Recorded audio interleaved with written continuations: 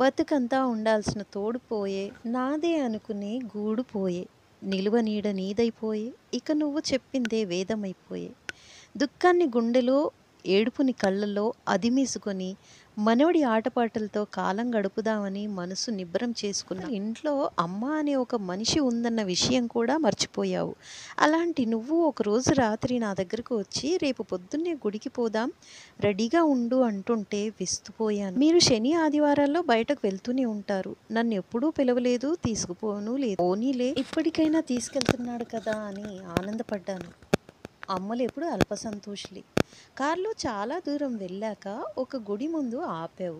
గుడిలో దేవుని దర్శనమయ్యాక ఎవరో ప్రవచనం చెప్తుంటే ఆ మంటపంలో కూర్చున్నాం. ప్రవచనం అయ్యాక నాటకం, అదయ్యాక భజన, పాట కచేరీ. ఈ లోకంలోకి తెలివిడి వచ్చి చూస్తే జనంలో నువ్వు కనిపించలేదు.